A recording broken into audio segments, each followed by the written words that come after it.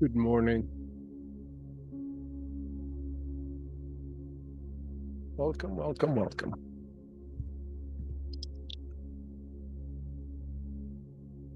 Today is for the entrepreneur,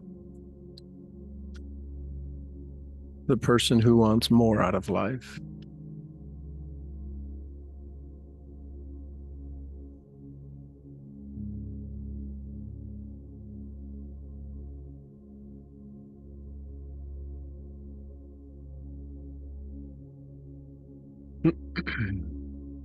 Take a big breath.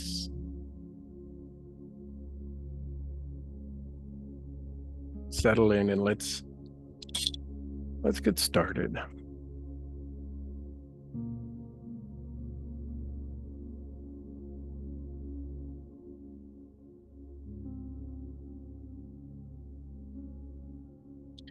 So understanding about this shame conversation,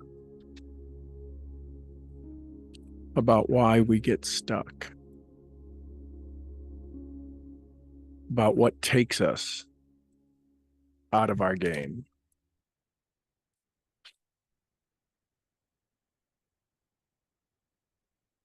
Just be aware that shame is in all of us.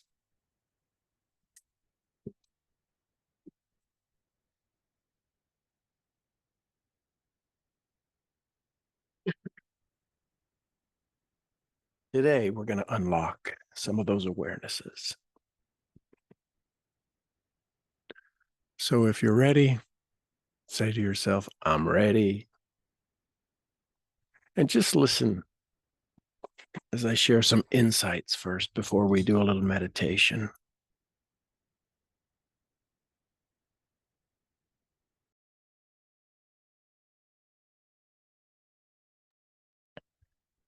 So we don't struggle because we lack vision or we lack goals. We're stuck because shame patterns are still running in our operating system. Right? So when you upgrade your computer, it undoes some old operating. If you've ever upgraded your system, you go, well, I liked it when it used to have this, or before I upgraded that, or before I changed this, right?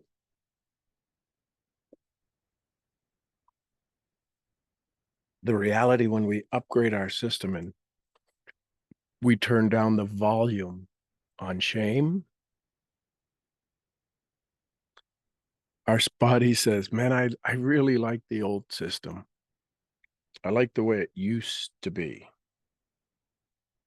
Anybody ever say that? I like the way it used to be. So we've learned to set goals. We haven't learned to undo the identity level encoding in these. We have identity level code encoding in our current state, right? So if I fail, we say things like, if I fail, I'm a failure. Here's the difference between shame and guilt. Guilt is that was the problem. I did something wrong. Shame is I am wrong. Let that settle in for just a moment. Guilt is the result is wrong. Shame is I'm wrong. Guilt is that was a failure. Shame is I'm the failure. We need to let that settle in. If I succeed, I'll be exposed, right? All too often we set goals and we realize, hey, wait a minute. If I achieve this, then either I was a failure the whole time before this, or people are now going to start to make fun of me. If I rest, I lose value.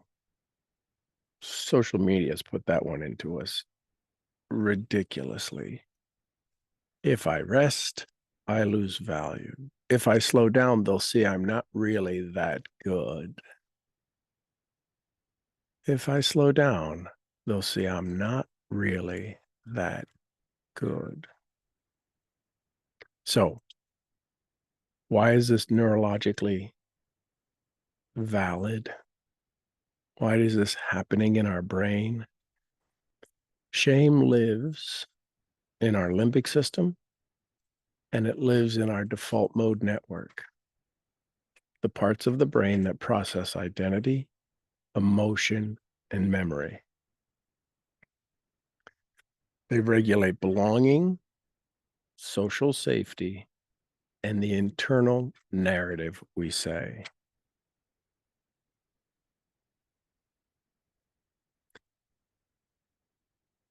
And we want to override logic when dysregulated, which is why just set SMART goals, SMART goals. That's why they don't work. Even if an entrepreneur has a clear goal, where do you set a clear goal? In your executive function, your prefrontal cortex. Even if you have this clear goal, your subconscious still equates success. Think about this. Think about the duplexity, the contrast. We set a clear goal in our prefrontal cortex, and our subconscious system still equates goal achieving with unworthiness, being exposed or being rejected. And your nervous system will sabotage your progress, right? We call it self-sabotage. Why do I always self-sabotage? It's so we can stay safe. Literally, that is what's happening in the brain. And when you become aware of that, if you become aware, if you allow yourself to say, that sounds like it makes sense, then we've got to ask, okay, if that's a possibility and it's a real possibility, what do I do? It's called awareness. This is why we procrastinate. It's why we overthink. It's why we're busy but not effective. And it's why we burn out.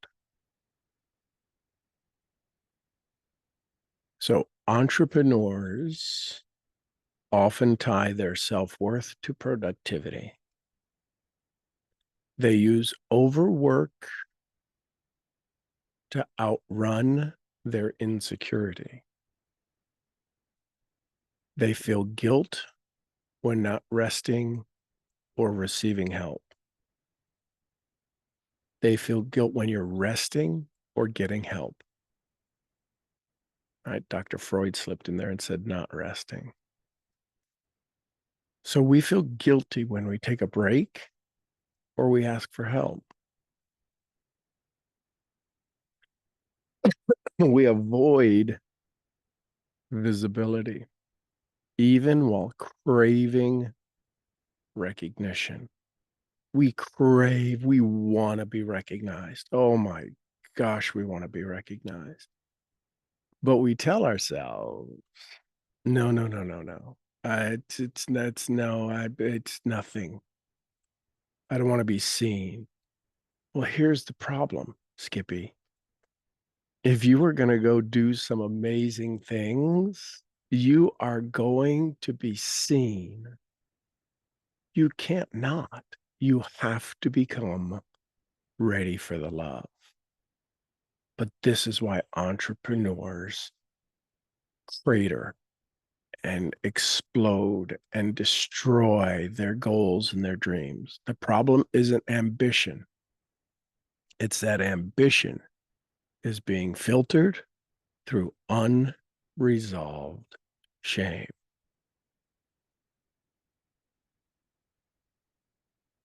So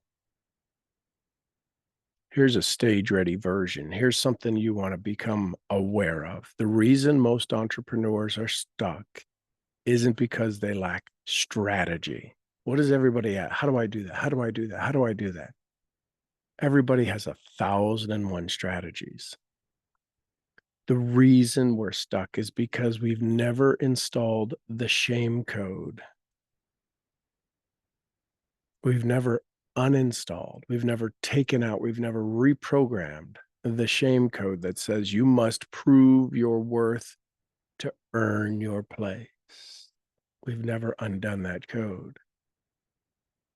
You must prove your worth to earn your place. Until you address that, every new goal becomes just another way to hide the wound. So, how do we address that?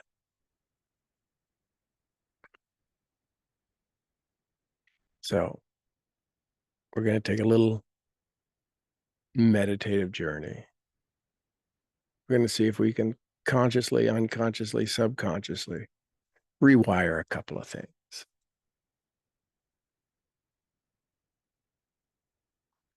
So I want you to just settle in. You've had a huge awareness. You may feel some resistance in your body right now. Go ahead, feel it, address it, say, and I love that.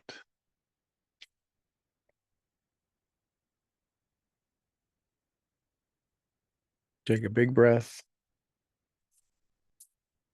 And in just a moment, we're going to enter into our transport and head into the sanctuary, our sanctuary of undevelopment and achievement. This is that place you go to be free of distractions, to feel connected, and to know it's okay to work on you. In just a moment, I'm going to snap my fingers and you'll be instantly transported into your sanctuary. 1, 2, 3. And you're now energetically in the hall, in the great room of your sanctuary, feeling better than you've ever felt, with more attention to undoing your shame code and ready to create your new accepted identity that doesn't require more. It simply requires being authentic. This is a neuroenergetic reset, a moment where the entrepreneur in you pauses the race to rewrite the program that's been running underneath the goals, underneath the hustle, and underneath your performance. You're safe to unwind here. You're allowed to exist without effort. This is where your nervous system learns you already belong. Say it to yourself. I already belong. Say it again. I already belong.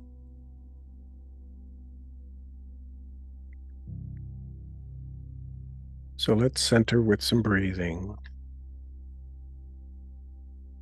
Inhale for 4. Hold it. Exhale for 6.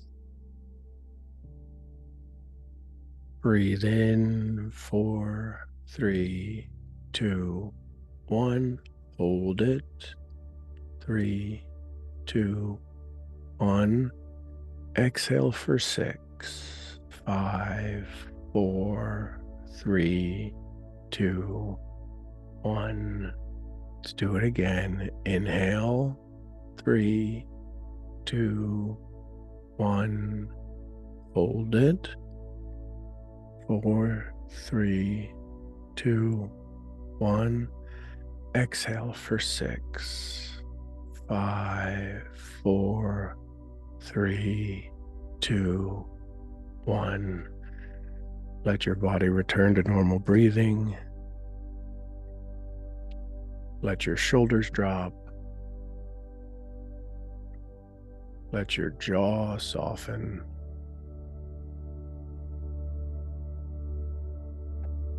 Allow yourself to simply let go. Let that part of you that always needs to lead, to be doing, to be out front, to be working, let that part of you just rest. You're not losing ground. You are gaining access. When you settle, when you rest, when you ask for help right now, you're not losing ground. You're gaining access to the most powerful, authentic version of you.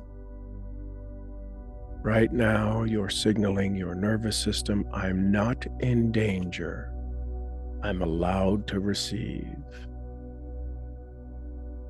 Let that pass your conscious brain. Float into your subconscious. I am not in danger. I am allowed to receive. I am allowed to receive. So become aware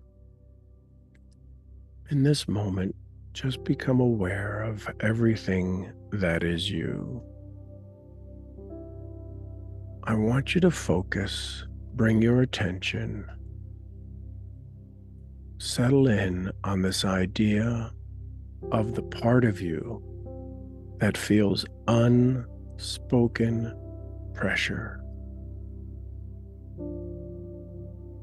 Which part of you feels the unspoken pressure to prove, the unspoken pressure to outperform, the unspoken pressure to be worthy by what you achieve? It may sound something like, if I slow down, I'll lose momentum. If I'm not busy, I'm not valuable. If I succeed too fast, I'll be exposed. That part of you that feels very comfortable echoing these ideas. Where's that part of you in your body? Where does that part of you exist in this moment? These aren't thoughts. These are survival patterns. They're not thoughts. They're survival patterns. And they were likely installed before you could even say your name, before you could speak, before you learned to write, before you started your business. So today, we release the idea that your worth is earned. And we choose something truer, something more authentic, something that already resides in you.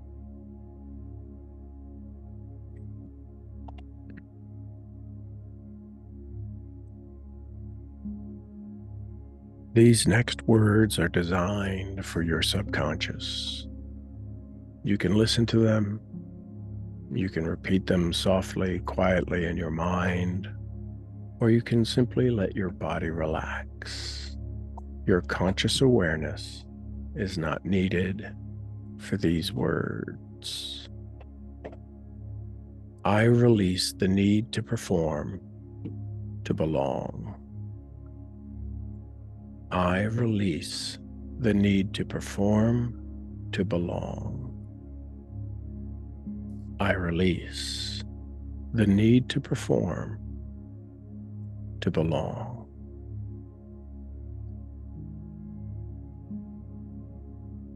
I am safe when I'm visible. I am safe when I'm visible. I am safe when I am visible.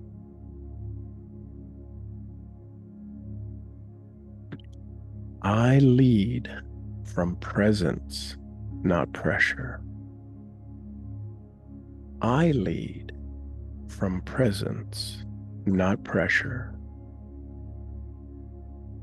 I lead from presence, not pressure.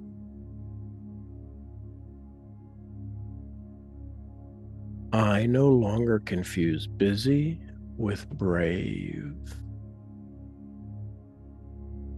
I no longer confuse busy with brave.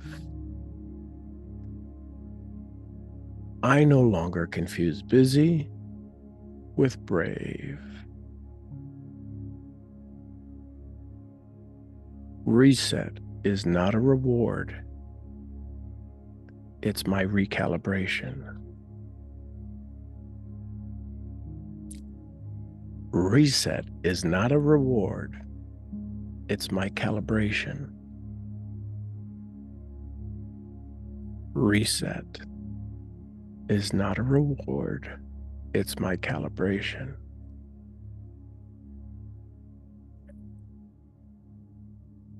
Rest is not a gift, it's my update. Rest is not a gift, it's my update. Rest is not a gift, it's my update.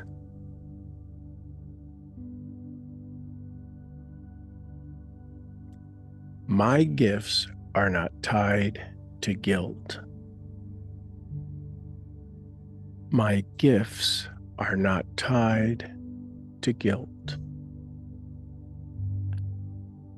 My gifts are not tied to guilt.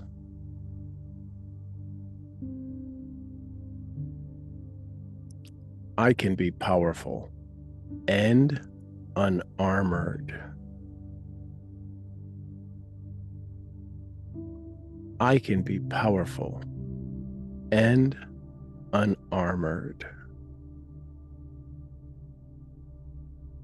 I can be powerful and unarmored without carrying my armor.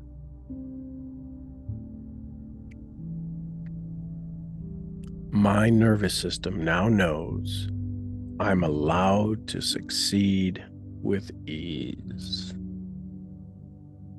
My nervous system now knows I am allowed to succeed with ease. My nervous system knows I am allowed to succeed with ease. Take a big breath. Exhale all the unprogramming. Inhale the new light, the new joy, the new understanding. Bring this in through the crown chakra, all the way down, through your third eye, through your throat, into your heart, your solar plexus, your sacral, your root. Let that energy continue to flow down through your legs, your knees, your calves, into your feet and into the ground. Let these words land in every cell in your body, not just in your mind. Let them sink into your muscles, into the tissue that's between the muscles, your bones. Let this settle into your business identity. This is not fluff. This is a frequency shift.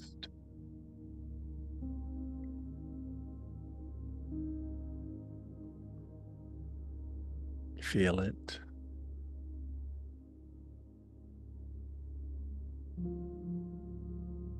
So now let's bring your energy back into your chakras, and starting with your solar plexus, right there where your rib cages come together. Maybe you rest a hand. This is your power center.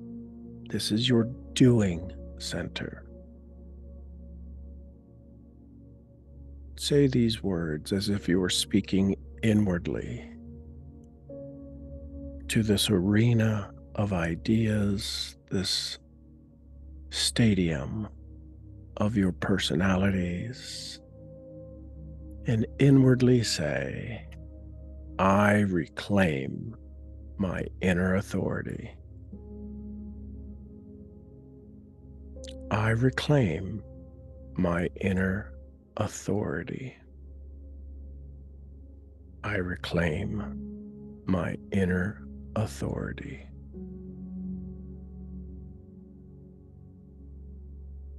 Hear this one, say this one, feel this one. I am no longer driven by avoidance. I am no longer driven by avoidance. I am no longer driven by avoidance. That energy is flowing into and through your solar plexus and giving you the authority back to do what you know you are capable of. Let's move up into the heart center. Place your hand or hands over your heart. Feel that green, beautiful light that is your heart center frequency. And say these words, hear these words, feel these words in every cell and every neuron in your body. Here they are. I forgive myself for hustling from fear.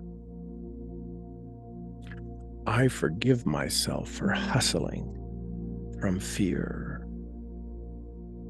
I forgive myself for hustling from fear. I am open to leading with truth, not performance.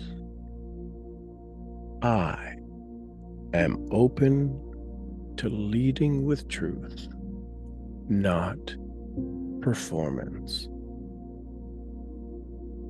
I am open to leading with truth, not performance. Breathe that in. Feel the shift in your body. Become aware of where that shift is taking place. And now you can rest a hand on your throat and in your throat chakra, where you speak your words. Say these. Feel this energy. I speak success without shrinking. I speak success without shrinking. I speak success without shrinking.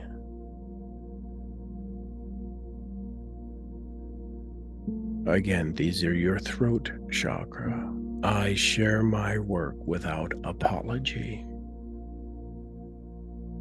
I share my work without apology. I share my work without apology.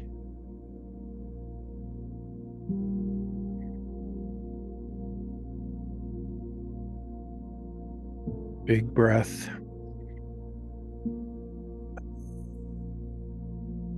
I trust that my voice belongs. I trust that my voice belongs.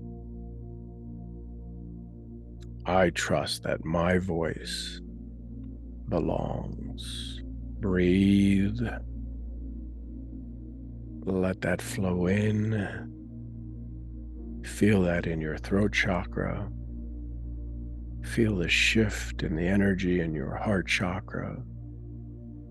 Feel the shift and the power and the authenticity in your solar plexus.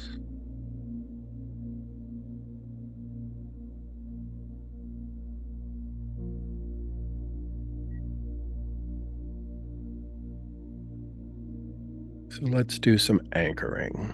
Let's create some visuals.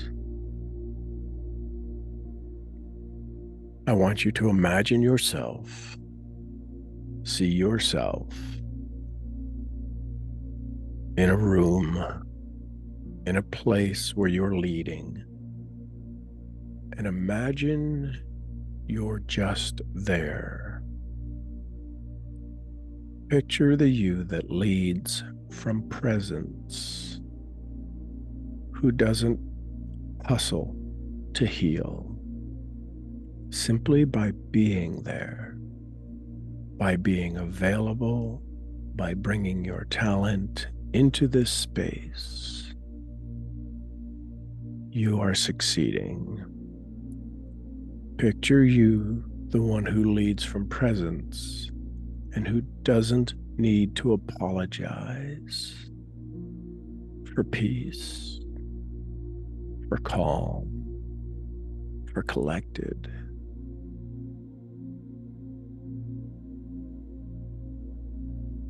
Picture yourself the one who leads from presence, who doesn't hustle to feel healed, and who doesn't need to apologize for your peacefulness. See that image. See yourself making powerful decisions from alignment, not urgency. From alignment, not urgency.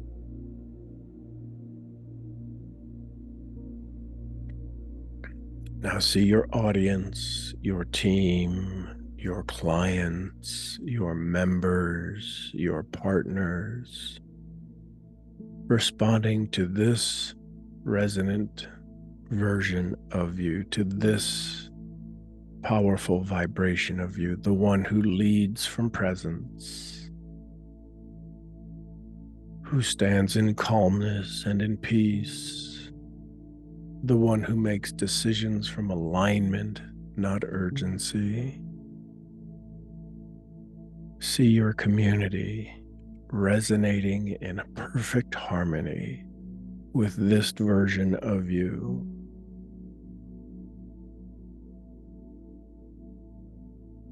You're not deluded, you're not distracted, you're not hiding.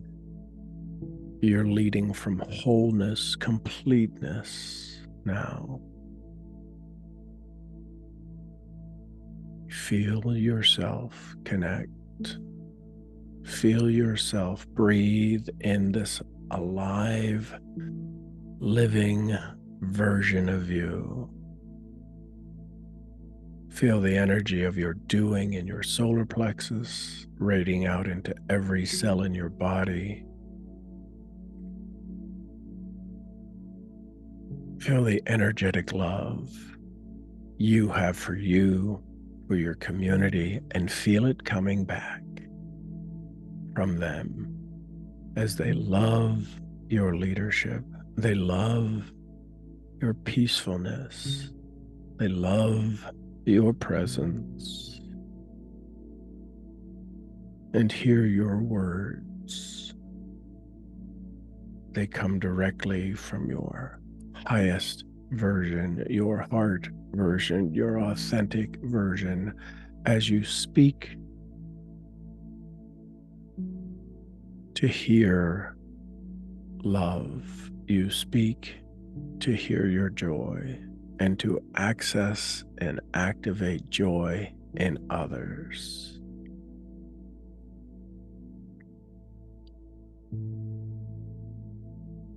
So take one last big breath for this time and realize this isn't the end of a meditation. This is the installing of a new operating system. Hear these words. You do not need to earn your right to be seen. You already belong in the room you have built. Say it. I already belong in this room I have built. And listen to this. Your success does not have to trigger your shame. It can awaken your soul. My actions, my success, my results do not trigger my shame. It awakens my bigger soul. Let this version of you lead today, tomorrow, teach it to others, pass it on to your friends and family and your children. Let this version of you lead today. Let your body remember what safety, success, and stillness feel like together. Let that settle in. Let success and stillness and safety all arrive, activate, and awaken in your body together in this moment. Feel that.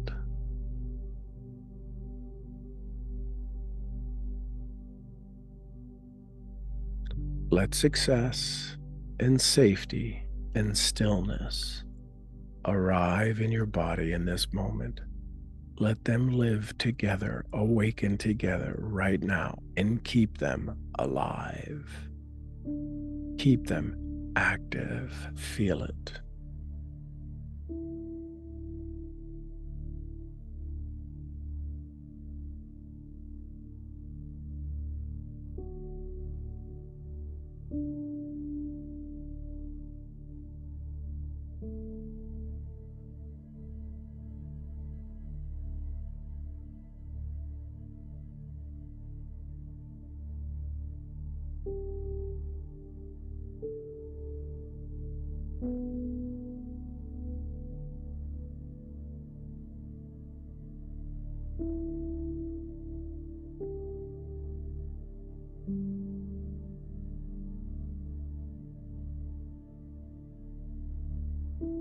So as you come out of this state, not fully awake yet, I want to have a conversation with you.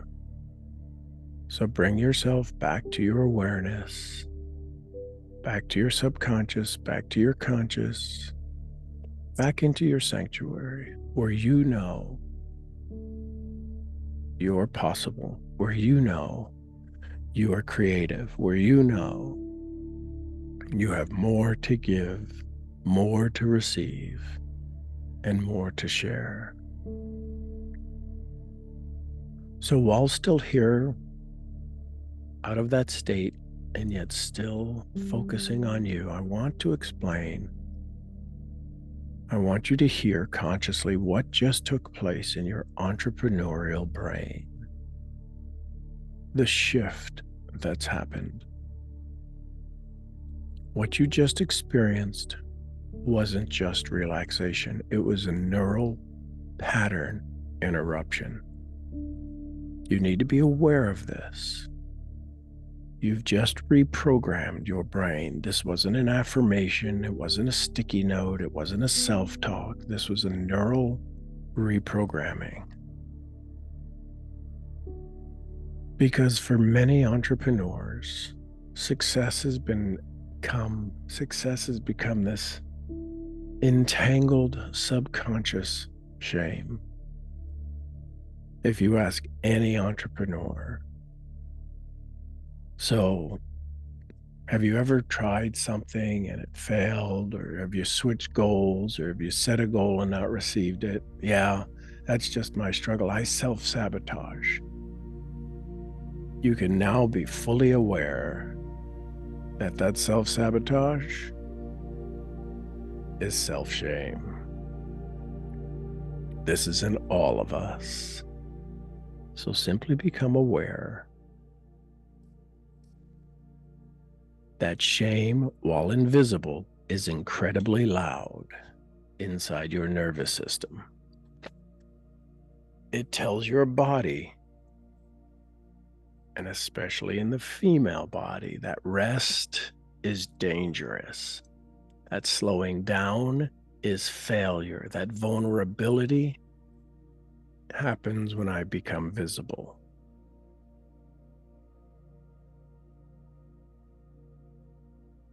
Think about that. This is what your body is telling you. Ease must be earned through exhaustion. Anybody have that tattooed on them? Ease must be earned through exhaustion. So, let me explain. Your sympathetic nervous system, the part responsible for hustle and stress and urgency, you finally let go. You activated your ventral vagal system, your social engagement mode. This is the state, this is the mindset, this is the place where creativity, strategy, and charisma are actually born in the ventral vagal system. It's where you feel safe enough to expand. Think about that. Every goal you have threatens your identity with expansion, with becoming bigger, better, right? So you interrupted the shame success loop. That's what we did this morning. Most entrepreneurs unconsciously link their identity to their output. During this session, what you just listened to, and I would encourage you to listen to it often, you installed a new subconscious language. Through self-talk and energetic phrasing, now that redefines success as safety, not survival. You told your limbic system, where there are no words, there's only feelings. Those feelings are converted into words that sound like, I do not need to earn my enoughness. I can be powerful without performing. This is how the identity shift begins.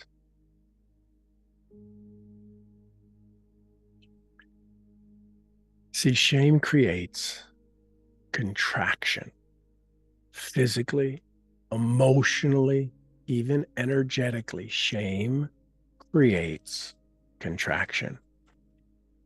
What we just did released that energetic constriction in your solar plexus, your power. We release that constriction in your heart, known as worthiness. And we release that constriction in your throat, called your personal expression. So don't be surprised. Here's what you need to pay attention to, what you'll know, the new things you may see in your environment. Be aware that you might have more grounded conversations. You may feel more grounded in a conversation with somebody who you typically engage with. Something will feel different. You'll be less reactive when there's conflict. You'll be less likely to explode or get highly energized. You may be more magnetic in your communication. You'll have people maybe say, man, I enjoyed talking to you today. And your identity will say, well, that's weird. What shifted? Why now? What today? And we'll push it off. We'll shove it in a corner somewhere saying, well, they're the ones that's weird, or that was odd. No, you've shifted. You're running a new vibration. Suddenly, you might be annoyed by hustle-based habits. If you've ever had a little too much alcohol one night and somebody offered you a beverage the next day and you're like, oh, never again. You're repelled by the thought of drinking. Suddenly you might be repelled by the hustle-based habits, the busy habits you've had in your life. This is evidence of your energetic body catching up with your new internal truth. Just be aware of that. Some things you might notice or feel different in your environment. You might understand or you might see a new clarity in your boundaries, a new disinterest in needing to prove yourself. You might have new ideas flowing. Here's the key: without resistance. Perhaps a few people or patterns you no longer resonate with will simply slip away.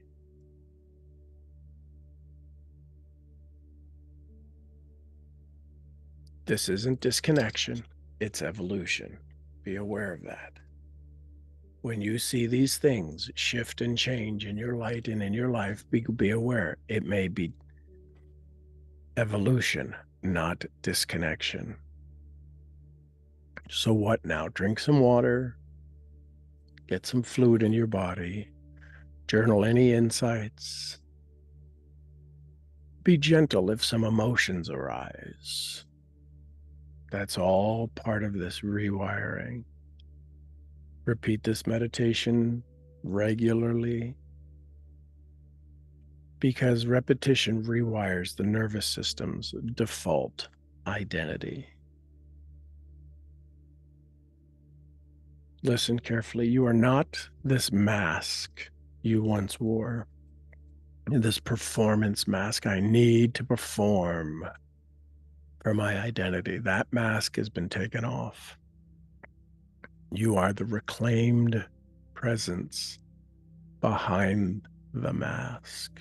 You are the one who wore the mask. Your presence, your energy, it's magnetic, it's powerful. And listen carefully. And now it's safe to lead. Say it. It's safe to lead now. Say it again. It's safe to lead now. Take a big stretch. And in just a moment, we're going to enter into our transport and come back to this space and this place and time. 1, 2, 3. And you're back. Getting better and better every day in every way. Filling your energy in your solar plexus to do, in your heart to love, in your throat to be authentic.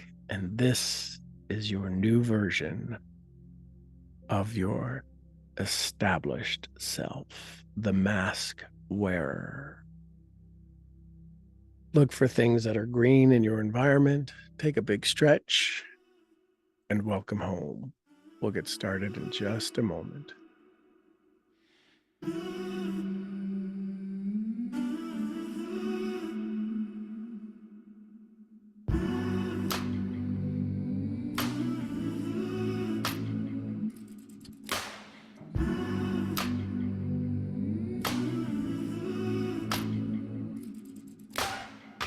Wide awake while the world is sound asleep, and too afraid of what might show up while you're dreaming. Nobody. All right. Hey, good morning, everybody. Good morning, good morning, good morning. That went a little longer than I expected, but not longer than I anticipated. How y'all doing? Happy Monday morning. What'd you learn? What'd you hear? What's your takeaway from that? What's your ahas? Good morning, Sean. Good morning, Selka. How are you this morning? I am outstanding. I know. But I wanted to ask anyway, so you can answer. Sure. Because I know you like to answer. I love it. So, I always feel guilty when I don't work. Mm-hmm. But I never feel guilty when I ask for help. And often when I ask for help, I don't get the help I ask for. So what am I doing wrong in not getting the help that I ask for? So we can ask for help, but the question then becomes, we need to clarify, are they capable? Are they willing? So there's three things we need to be aware of when we look to engage people, whether we're asking them for help or whether we're asking them to help themselves. There's, are they capable, willing, what is it? Willing, able, Willing, and coachable, and hungry. right. So are they coachable, willing, and able? So you can be coachable, you can be willing, but not able to do it, right? But if you ask, I'm so not we, asking for that. I mean, I don't need them to be coachable. I just want help. well, but the point is, well, they need to be coachable on how best to help you, because right now none of them are being coached on how to help you. Well, for instance, let me just give you an example. Okay. So I asked, we were talking about working out, and someone said, well, I work out for 30 minutes a day and I have these amazing results. Okay. So, and I do this and that. So I thought maybe it'd be a good idea to try to follow this. It's only 30 minutes a day. Mhm. And I could try their routine. Mhm.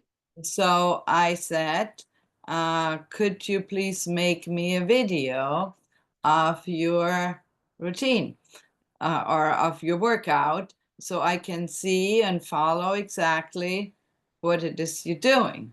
Mhm. Well, this person is certainly capable of making a video, and they know what they're doing because I can Mhm. see what they look like, right? Right. But they come back and say, well, I can write it down for you, and you can look it up. Uh, you can look it up on Google or something. But that's not what I was asking for. I was specifically asking for the video. Right. But so do you know why they didn't send you the video? No, I have no idea. Okay, let me explain to you I why they wrote did. them back and Yeah, yeah. I haven't gotten an answer yet. And I said, I need to have the video so I can follow it while I'm doing the exercise, not trying to read a piece of paper. Okay, so let me Some of explain the to things that this person is doing, I have no idea what they are. And yes, I could certainly look them up, but it would take more time for me versus this person just making the video and I can see. right, but let me explain to you. So listen carefully. Let me explain to you why they did not make the video. Because they were put into a place of shame. You didn't intend this. That's how they heard it. They are working out. Think about, so let me explain to you the brain. Doesn't matter whether this is male or female, young or old. Let me explain to you why they said no to the video. One, they had to be on video, public speaking. People would rather die than publicly speak. So you ask them to publicly speak. Is this person a public speaker or somebody who stands on stage a lot? Yes, They are. yes. Are they working out to get their body in better shape? Well, they already look amazing, so they're working out probably to just maintain what they look like. Okay. So if they spend time on stage, they have now brought it down to the individual level that they have to perform for you something they're not comfortable with. So they didn't not give you help. They can't give you the help you asked for. So they are not able, right? Willing, able, and coachable. They are not able to give it to you because it triggered shame in their body. The time it's going to take for them to do a specific, they are not willing to train you because of the shame of them having to do it right. Because here's the thing, they believe that if you don't do the exercise, if you don't follow the video, your failure will be linked to them. You can say, well, that's not what I intended. That's not what I wanted. It doesn't. We don't intend that, but I do get what So you this is why they can't make the video for you. Even though they're going to do the exercises today, That's the part that's confusing to us. Sometimes we go, well, you're going to do the workout today. Just turn a camera on. Yes. That's their vulnerable place. That's the only place it's one of the very few places where they can work on themselves. And now it turns into a performance and they don't know how to make that shift. So that's why they can't give you the video. That's why they can tell you, here's what I do, go look it up. Because their internal voice, their internal message says, I don't know how to perform this. I'm still trying to figure it out. So that's one. So they're not able. They're willing to give you the information, but they're not willing to give it to you in the way you are. So when we ask for help, sometimes it's important for us to be flexible in the way we receive the help. And I promise you, if you continue on the path of being curious about it, you'll find somebody who'll go, oh, yeah, I've got the videos already. We have a tendency, listen carefully, of our vibration. You said something in the very beginning of this, and this is key for everybody. This isn't isolated to Silke Carpenter. I ask for help and I don't seem to get it.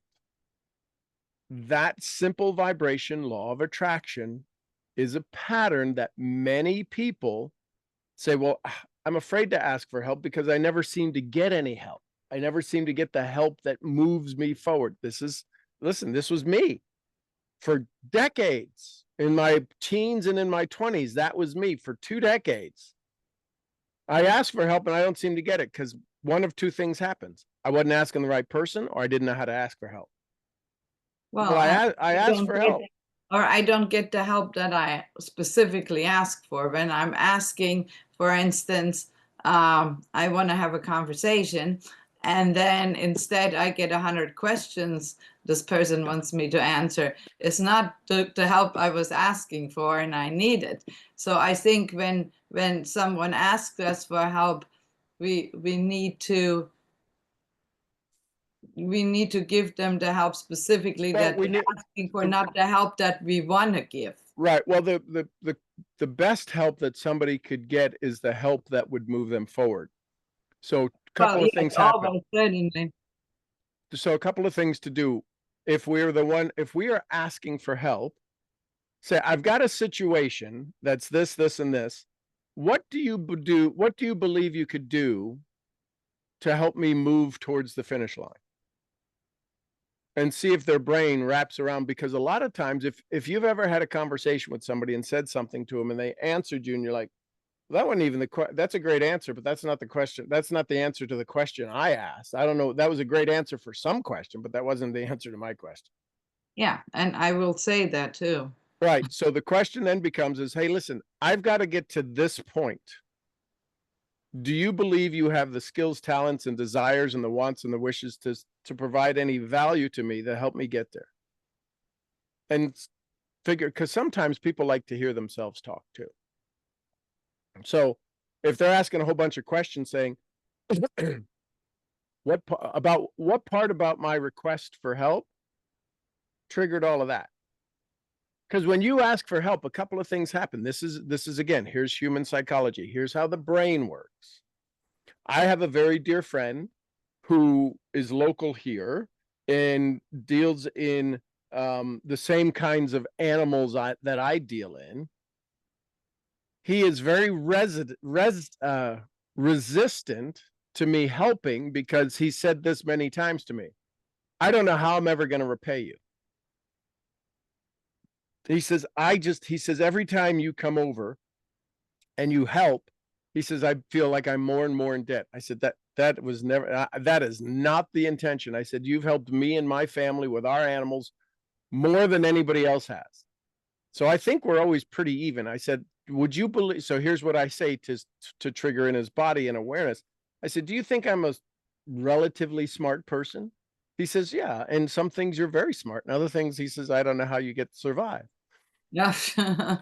I said, so if I'm a smart person, do you think I know the difference between being taken advantage of and providing value to somebody? Yeah. So do you think I'm dumb coming over here all the time to help? Do you think I'm I can't see, or I'm not getting any value. He says, yeah, but I don't know how I'm giving you any value. I said, that's not yours to understand. Yours is to understand you provide value. So he is helping. There's this resistance to the ease with which I arrive when it's time for them to need some help. He says, you always show up whenever I tell you we're doing something. I said, well, why wouldn't I? He said, because I can't do it for you. Well, why couldn't he do it for you? Because he's too busy doing other stuff. He's got other projects and stuff. He can't come over to the house to help me build a shed, to build a barn. He says he could, but he's got all of these things that wind up going on. And But so I think maybe he doesn't understand how to use. No. It doesn't matter whether he understands. Go ahead. Because you helping him, he may not be able to help you, and you're not expecting help in that same way. But when you need help, I'm certain that somebody will pop up and will help you, because no question. But the point is that his shame is triggered, and unless we talk about it, we bring shame to the light. We don't call it shame. We call it this, I feel guilty. We used guilt. I feel guilty that I can't do for you what you do for me. See, we think that a lot of times people think, I have to do exactly for you what you do for me.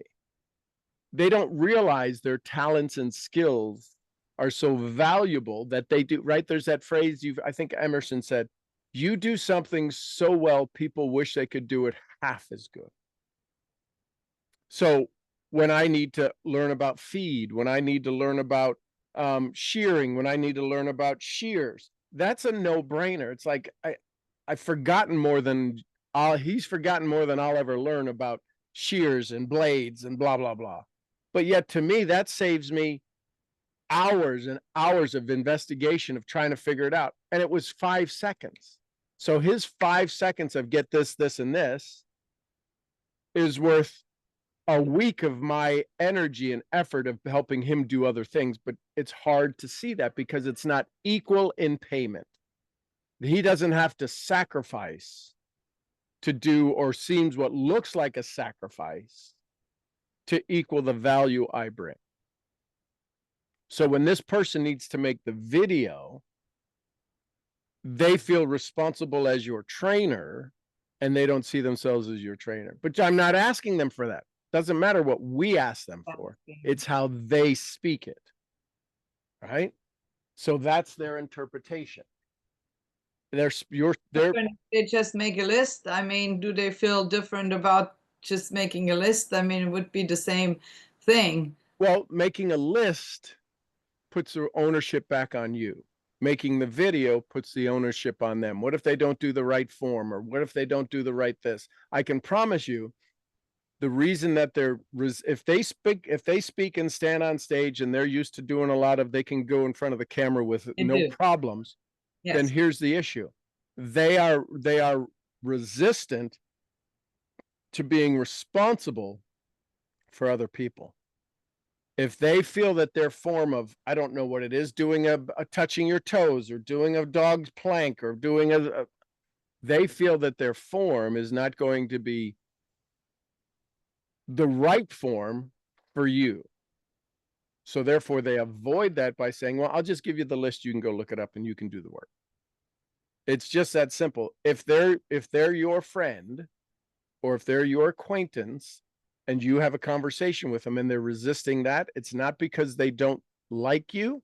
It's because they don't feel they're good enough to do that. And that's just the brain. That's just exactly. And so what happens sometimes is words come out that seem like, well, that doesn't make any sense at all. Because we see them for who they are, but they can't see them through our eyes. And the challenge is we're not seeing them through theirs.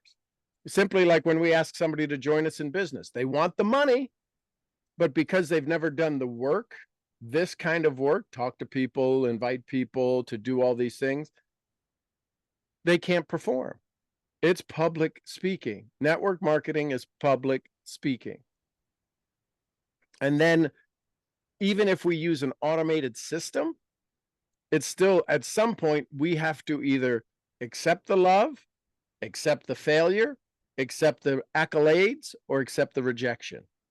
We have to be, because people are going to join our business or they're not going to join our business. And the reason we even avoid automated systems is because, well, what if it fails? That's why people, the majority of people, 90% of the people never make a check more than $500 in network marketing because they're afraid to talk to people. Well, the system works. If we just invite people to try the product, there's a refund, there's a guarantee on the product. Even if the product was free, you can't get people to try it because it's shifting their identity. That's what this But all then comes people down go to. to Amazon and simply just order a product. Right, but how many people have Why? stuff in there? What's the difference in that then? I mean, Because they let's don't have to look at talk to that. anybody. Nobody's going to follow up with them. Well, then it would be good to use an automated system because then they don't have to talk to anyone. And I think for customers, that's very true. I mean, most people will just look at the ingredients, they know what they're looking for, and they can order. So I think it's ridiculous when you tell people, oh, you need to speak to every customer. I don't think you necessarily need to have a relationship with customers because we buy what we need.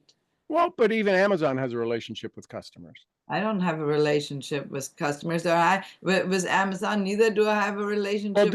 does Amazon send you any messages? Usually does not send me messages unless I So order. they don't tell you that an order's been placed. They don't tell you an order's on the Yeah, way. well, they do, but that's the automation. I'm Well, not. but that's still the real, as basic and as fundamental and as non-cellular as that is, that's still the connection. Could you imagine if you ordered from Amazon, you never got a message or a notice or anything? I'm just saying, but that it's all No, that's I the was just relationship. laughing because that is the issue with another platform. That's Yep. why I was laughing because yeah, we were just talking about that. Yep. Yeah, So no, I mean, but then you have to set the automation certainly that it responds. That's part of the and automation. some people like that, what I don't know if I'm using the word right, superficial, this very basic connection. I don't want, just tell me when the product's coming, I'll be fine. And that's fine. There's some people that's all that they want. I had customers that I sent them a thank you message. They never responded, and I never sent another one because I didn't want them to not buy. That's who they are. That's their personality. Yeah. Right. Yep. I mean, we sent nice messages out to people, and not all of them respond. Yep. And some of them maybe not able to accept the love as you have taught me. Yep. And that's okay. They still know that we love and care about them because we told them. Whether they can accept it, or feel uncomfortable. When I send these out, I don't really ever expect them to respond. Yep. Because I'm not sending them to get a response. I don't need that from them. I just want them to know how I feel about them. Yep. So here's the thing. So listen carefully to this. This may be a little change the way you look at things. We do need it from them. We don't need it to be verbalized by them.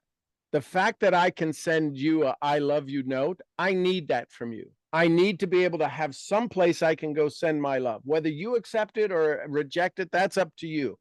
But we do need a place because we're human beings and we are a connected species, right? It's not a bad description for us to be linked to sheep because sheep are flock animals. You have one sheep, there's a good chance it'll die. It needs a community. We need community, right? That's why social media has done unbelievable things for us and to us, because we think we're part of this community that we're really not of, right? Well, I have 5,000 followers. No, not really. You got 2 people that show up on your lives. That's me. I got 7,000 or 8,000 followers on Instagram. I have 6 people that show up. I have 6 people. I don't have 8,000 followers. I have 8,000 people that sneezed on the button and went, oh, all right, I guess I won't unfollow them. So So I have one more question sure. then. So how do you get your needs met when you're asking for help? How should you talk to someone, or how should you share of what you're needing, that you're actually getting the help that you are asking for, Great not some question. other help that that person is willing to give, or maybe not understanding fully what you're asking. I Right. mean, So I am usually very clear and straight to the point. and So that's there's nothing wrong with being direct. The challenge is most people don't have a direct answer. They don't know how to directly respond to your direct request. So a suggestion might be is, hey, listen, I want to ask you for help. What's the best way to ask you for help? The first thing back to them is, help on what? Now it triggers the brain in a different response. What's the best way I could ask you for help? Now, if they know you, they have 1,001 things. The challenge is that a lot of times we'll be surprised when people ask us for help for the thing they didn't know they could help us on.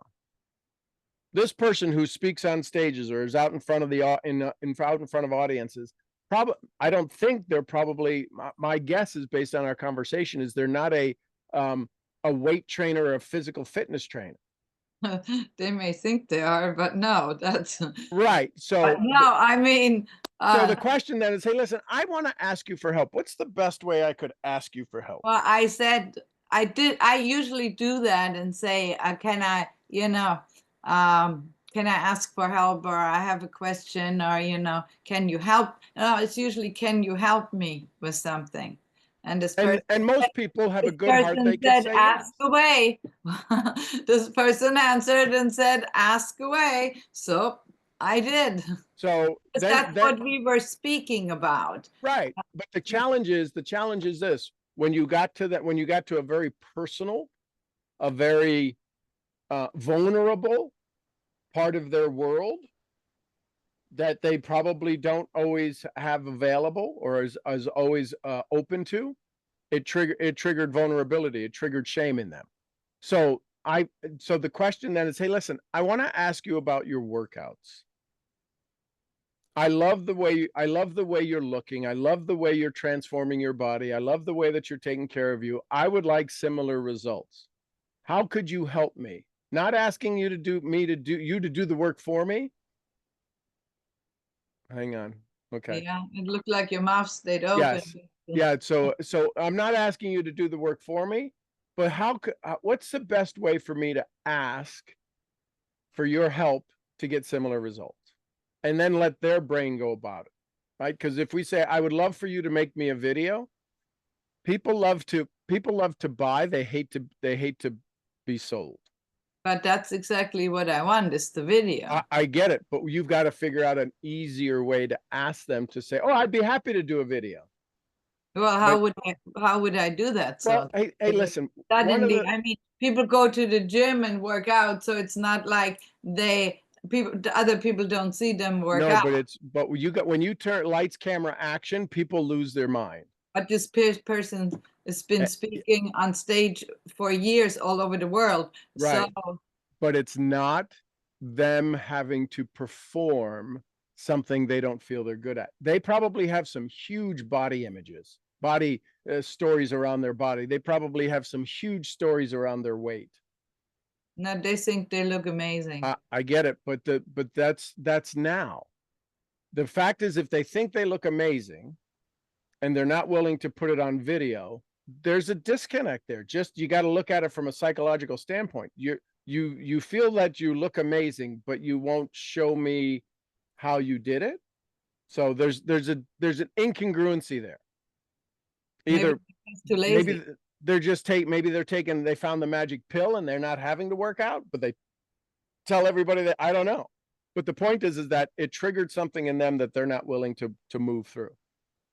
I thought maybe they were just being lazy. No, because if they're transforming their body, they're not being lazy. Well, being lazy making the video, because no, I get it. I know, but you can't be both. You can't be that determined and be lazy to make the video. The reason you're not making the video is something subconsciously. It's a programming that says, I'm not good enough, or I'm not going to give away my secret. Maybe they don't even want to share their secret. Oh, I'll help you. No, I won't. Well, they did say exactly what they were doing. Not how many. I mean, the thing is also in how many reps you do of things and Right. how consistent. Well, they said they work out 6 days a week, so there's plenty of time to make a video. I was Right, they but told me that beforehand. So because I asked, do you work out 7 days a week to look like that? They Right. said, no, I work out 6 days a week. So it's yeah. Yeah, so it's triggered something in their body that they now have to defend not doing it. And so they become, and that's where sometimes relationships can then have a shift in their arrangement because we made them feel uncomfortable.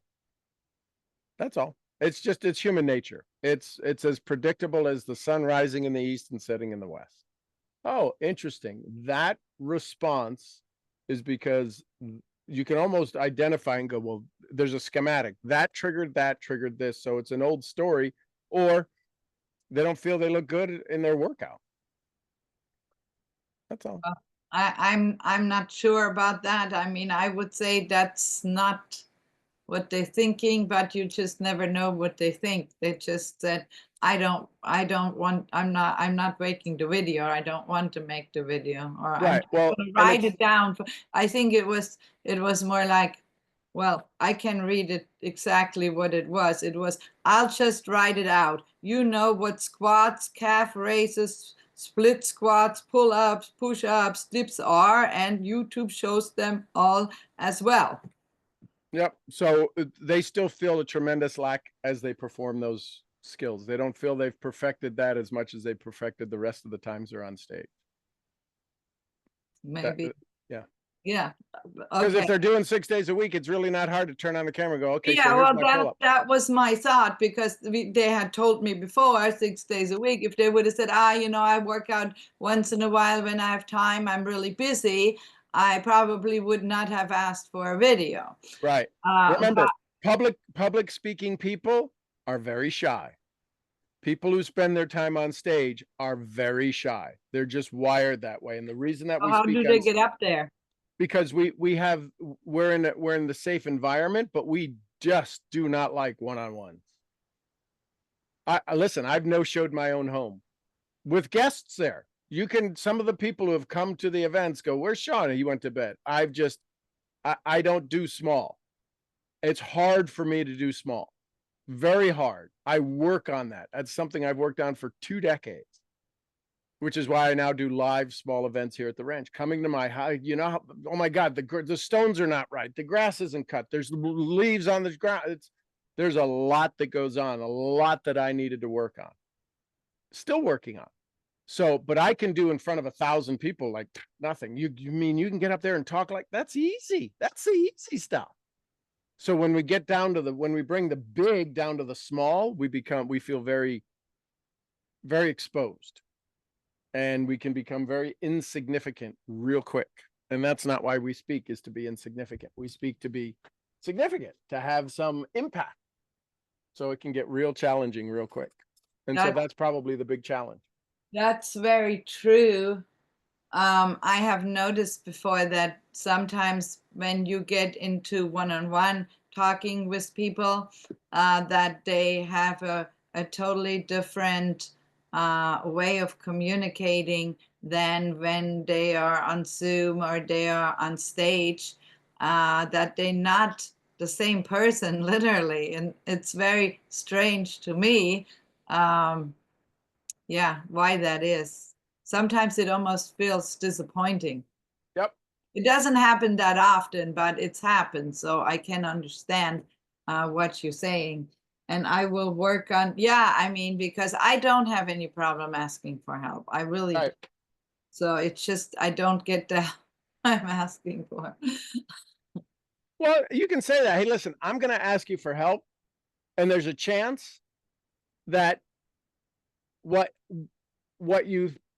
I'm asking for is real simple, but it may seem very complicated. So I'm not a good, I ask for help, but I may not sometimes know how to ask the best way for help. So if it's okay while we talk, if you know that going in, that I may not know how best to ask for your help, but I would love your results. And just make it easier. On myself. So I put it on myself when I don't feel that way. I think I'm asking well for help. Just let them know. Say, hey, listen, I'm not sure. I don't always. Well, you're not asking well for help if you're not getting it. That has to be an end result. This plus that equals that. Well, that result isn't what I want. So the asking must not be that good. I think it's good, but it's like if I go, well, I speak German. Auf Wiedersehen. I know how to speak German. No, you speak one word, but it's German. Well, yes, but you're not going to get anywhere. If all I say is goodbye to everybody, I'm perfectly fine. My German is perfect.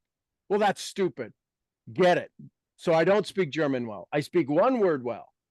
So when we ask for help, if you're not getting the results you want, it's not everybody you ask can't give you help. It's maybe the way we're asking them that's triggering things, that's avoiding them from helping us. So we have to get better at it.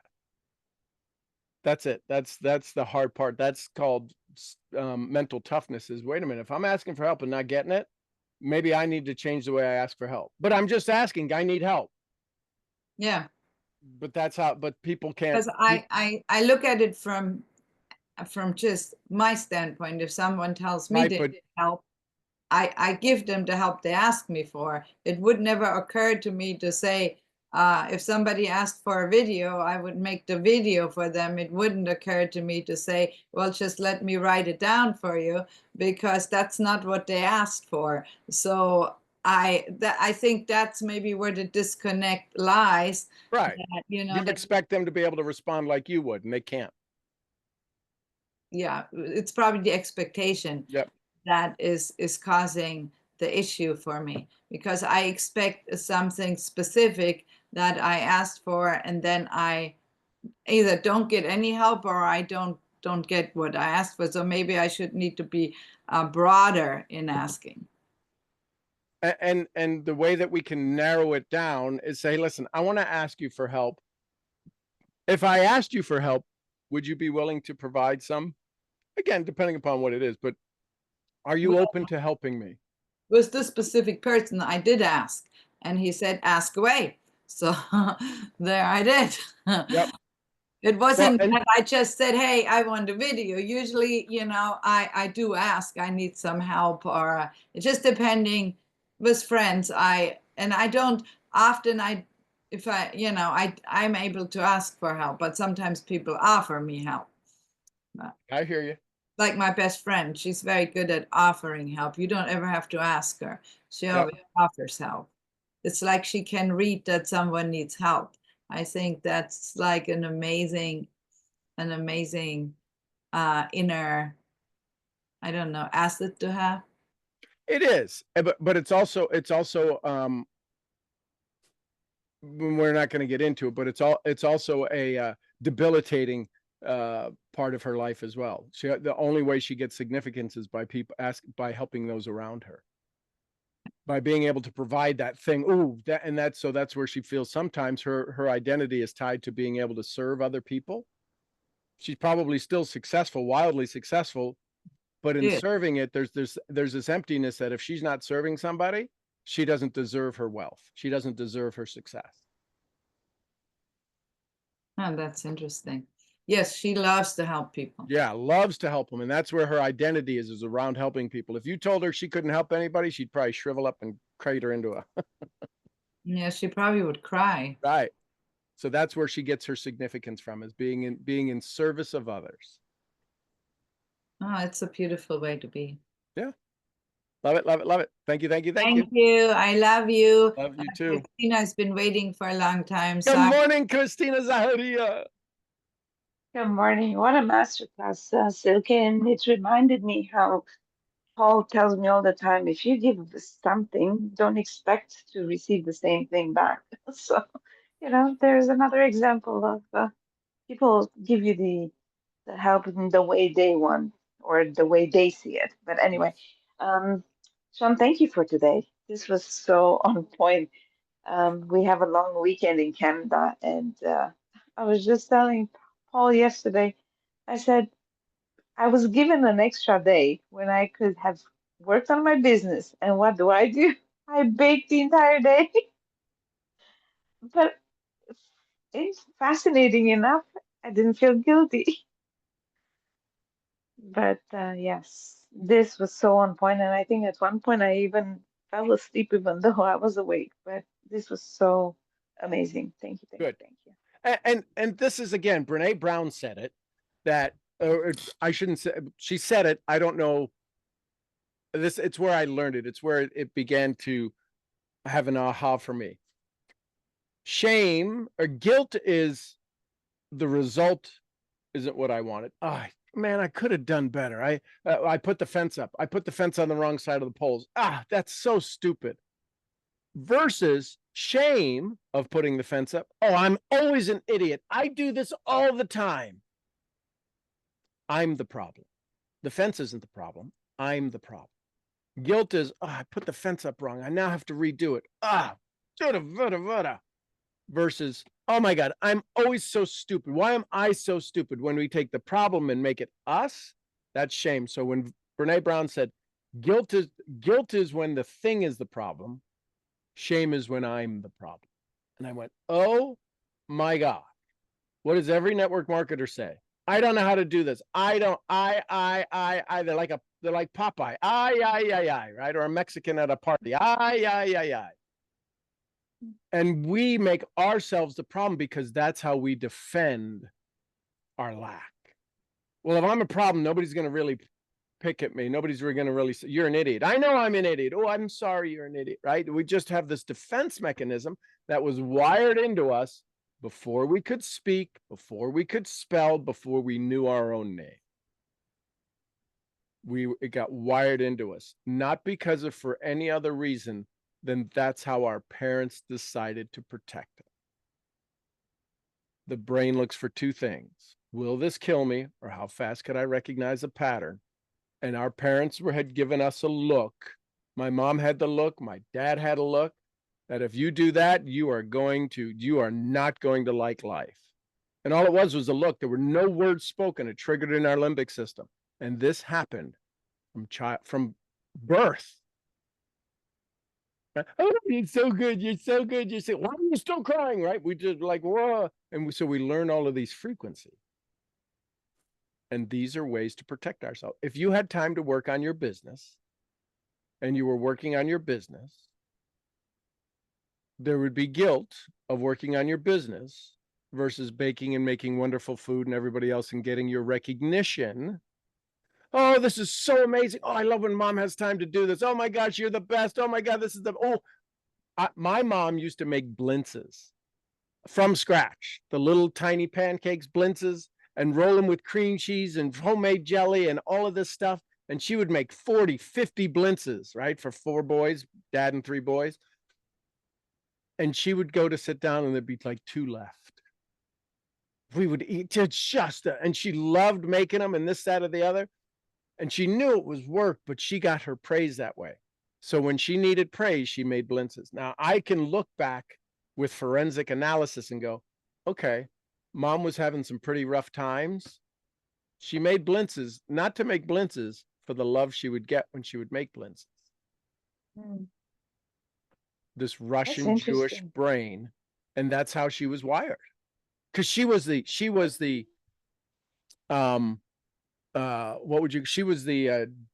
dictatorian, she was the authoritarian, she was the enforcer. My dad never I can remember twice my dad raised his voice. My mother used to, I'll put you through the wall, right? And she would break spoons and hit us, and it was just, she was the enforcer.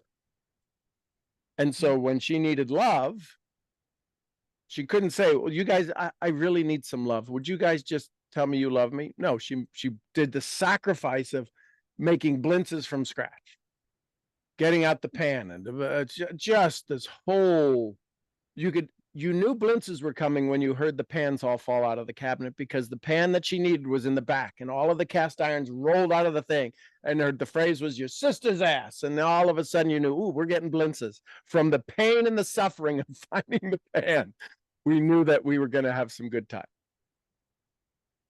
So That's fascinating. That's fascinating. And I guess I needed some love yesterday because, again, I made two breads and I said we were breaded out because they were delicious.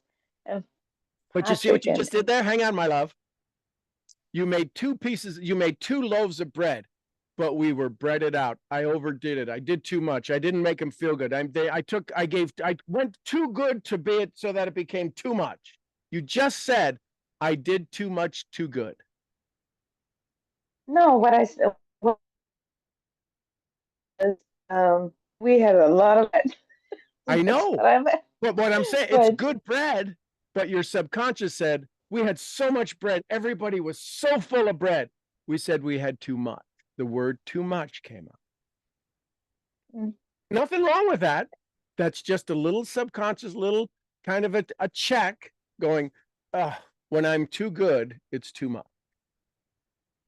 the subconscious comes today when I'm thinking, okay, now I have to exercise. Silke, send me that that list of all the Exactly. push-ups and everything.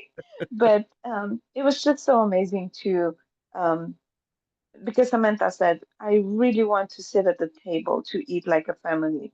And in getting busy and me on webinars and stuff like that, I didn't prioritize that. And so being at the table yesterday and everyone enjoying the food and Patrick saying this was the best Sunday ever.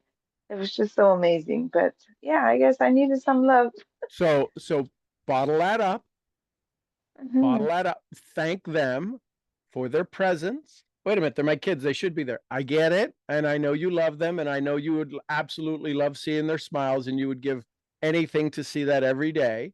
But like anything, doing something over and over and over and over, it loses its touch. So thank them for that again today. Give them a hug and say, I just loved watching us all laugh there. Thank you for making it special, because they need to know that their little comments of this was so great. I love being at this table. This was such a thing, that it was an inspiration for you to keep that. And just like I run around the house going, I love my family, you can say, I love table dinners. I love whatever a word was that yesterday that came up that everybody laughed at or felt good about. What was the name? What was one of the breads you made? It's regular bread. Okay, so regular bread. I love bread, right? Just so, or I love laughter, and just let that start to penetrate the walls of the house. I'll be out in the field and I'll say, I love my family. And if because I know Michelle or Mason's on the back porch, I will hear it from the back porch. I love my family. It just triggers that throughout the entire. So I love bread or whatever it is, or just come up with something, but remind them, let them remember, pour the bottle of the yesterday all over them, so that becomes easier than it needing a special day off. It becomes the priority for you to realize that the sacrifice of not doing that isn't worth the joy of missing out on that.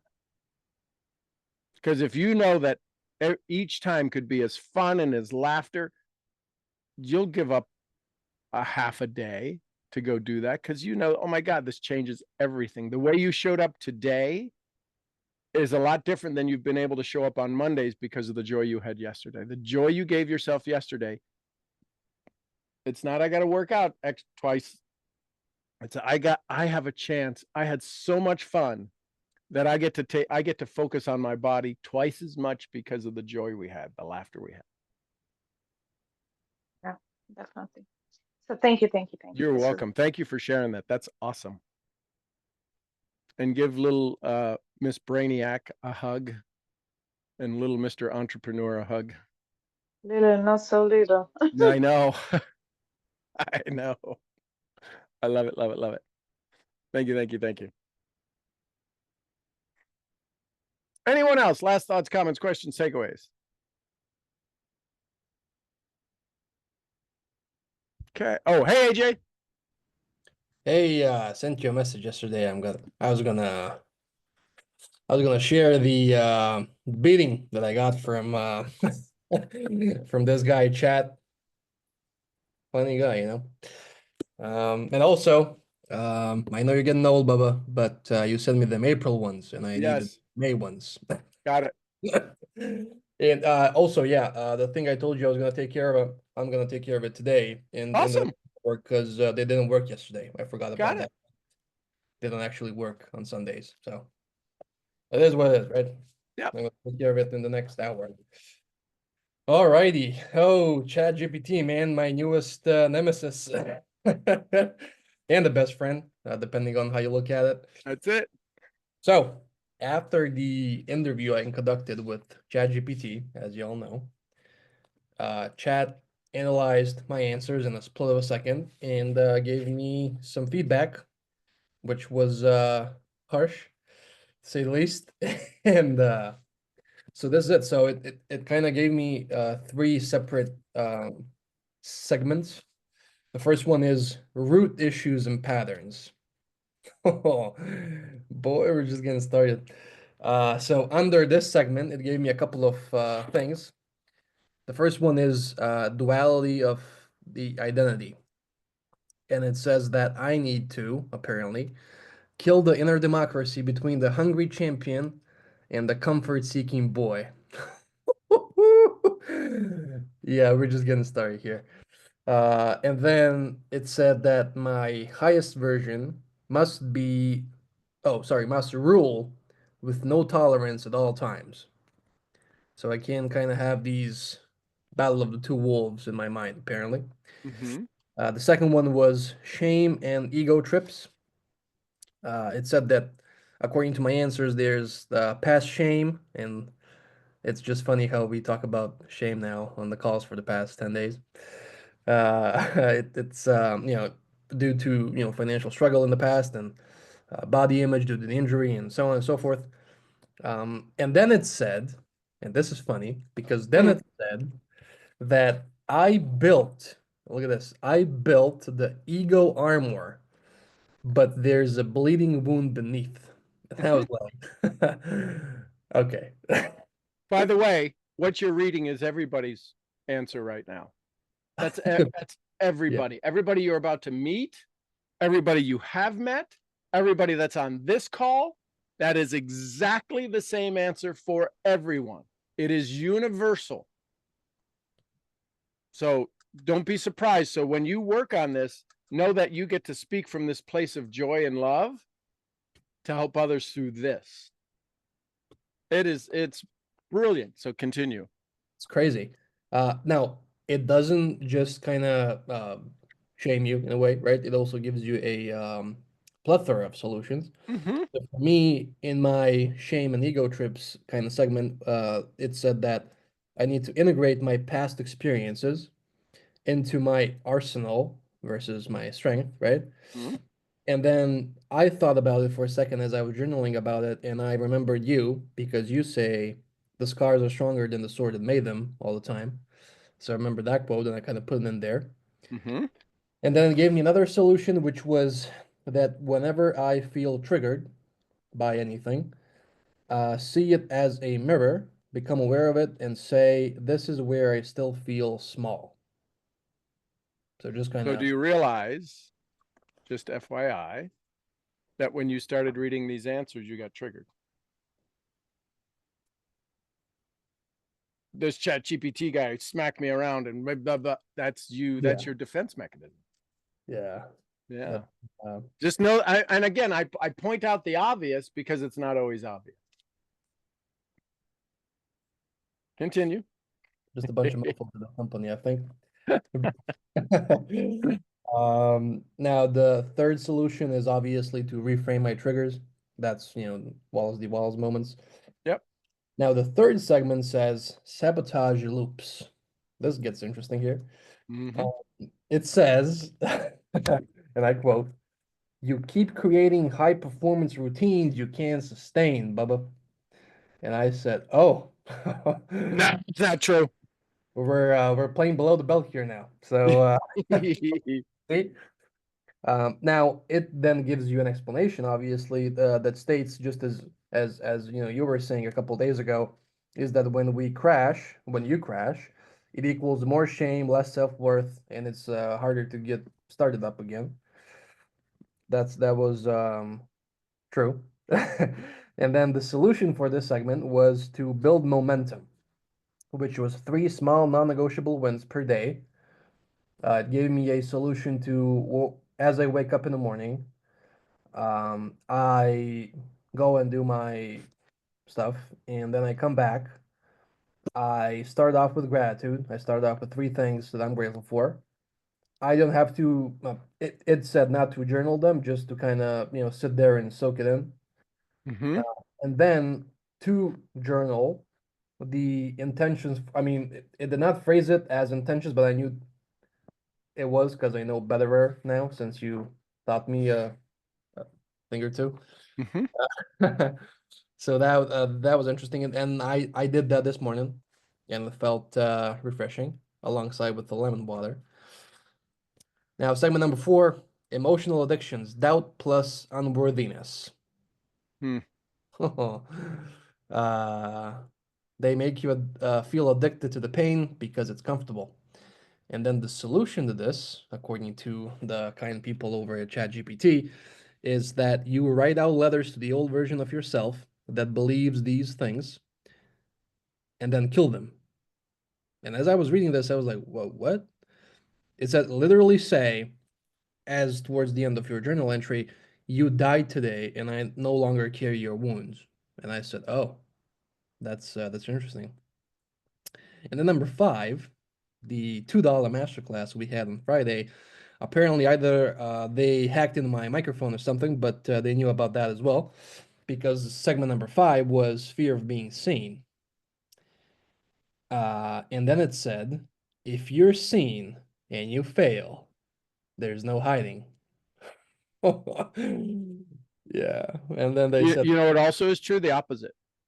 yeah, What's the opposite? if you succeed, there's also no hiding. They're going to see you. So which is easier? The latter. Failure. Oh, failure. Oh, okay. Failure's easy because you know why failure's easy? Because we don't stand out.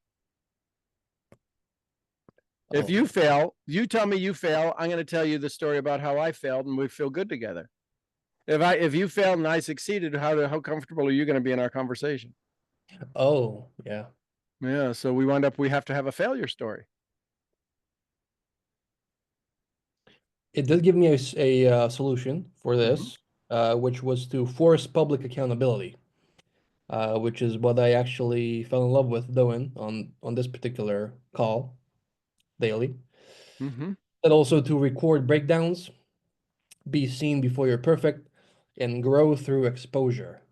Mm-hmm. Which makes sense to me as a member of this community. Now, the second segment was where it really started hitting below the belt.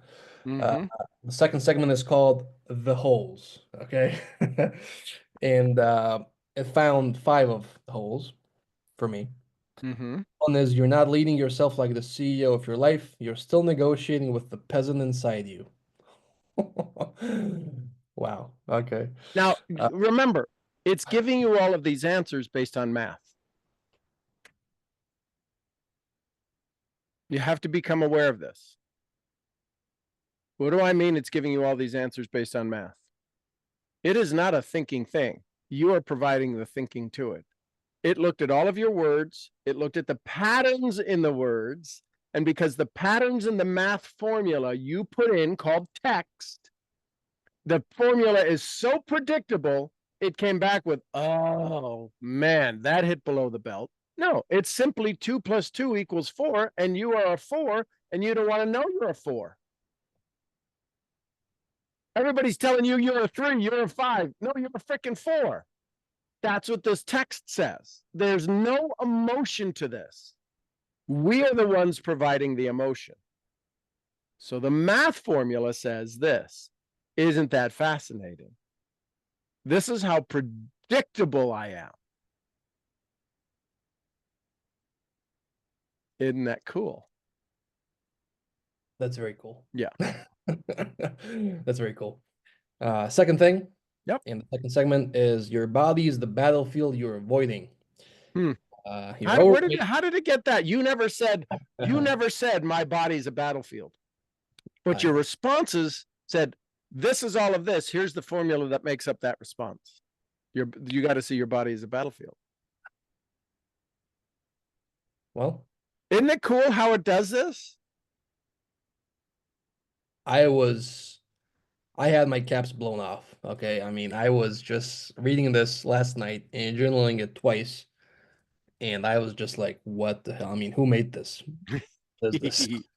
What is this sorcery, man? Anyhow, it goes on to say you're overweight and lying to yourself about it in the mirror, and that is self-betrayal. Yeah. Number 3, you're postponing Forex trading because you're scared of success. You know it. And then it gave me like an exclamation point after the you know it with the cat on and everything. You wanted to point that thing out. And then it gave me number 4, which was you intellectualize instead of execute. Smart insights, deep awarenesses, but not consistently followed by the action. You're dancing with ideas, not marrying the execution. Which was the thing about the routines that I can't, sustain and so on. Yep. That was interesting. And then number 5. Now this is where it got really below the belt. Okay. Number 5 stated, your environment rewards comfort over challenge. You're surrounded by people who reward progress, but do not demand transformation, and that won't be enough. So, yeah. And then the third segment is, the cures and the strategies and so on. Yeah. Put that in your pipe and smoke it, Bubba. That's, yeah. I strongly encourage everybody to do that. It's going to be painful in the beginning, but I think it's going to be. Is it really painful? Or is it just taking time to think of what is really the awareness of what's going on? Just the awareness, I guess. Which means we actually have to become aware of who we are, not who we think we are.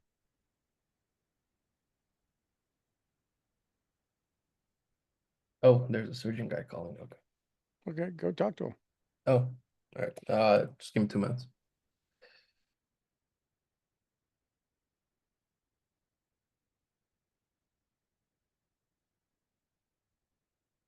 Now, is he really talking to a surgeon guy or is he ordering DoorDash? I deleted DoorDash. Smart ass. Last night I actually had my last ceremony of ordering DoorDash. Yeah, this was a surgeon guy. I scheduled an intervention for my mom tomorrow. She has some kind of stuff on her hands that she wants to take care of. And yeah. It was real interesting last night when I went through chat stuff. So here's the key. Here's the key. What's the phrase I always say about being a teacher? Words don't teach.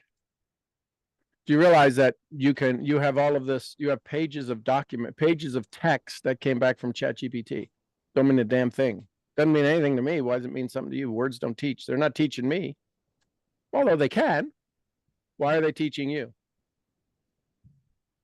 Because it's what the words aren't saying. It's never the words. The words don't teach. Your journal does not teach.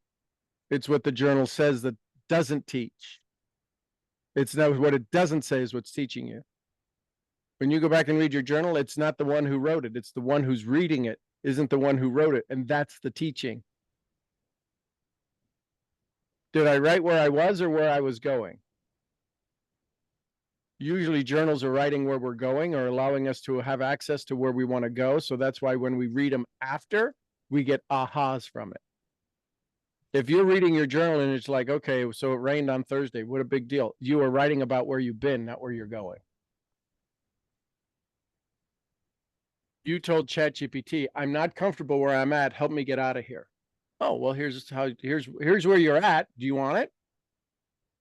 No. So make some shifts. I can't tell you what the shifts are. Here's some suggestions based upon your patterns. If you were a racehorse and you wanted to get better, I'd say, okay, you could go swimming or you could run more. You take your horse swimming.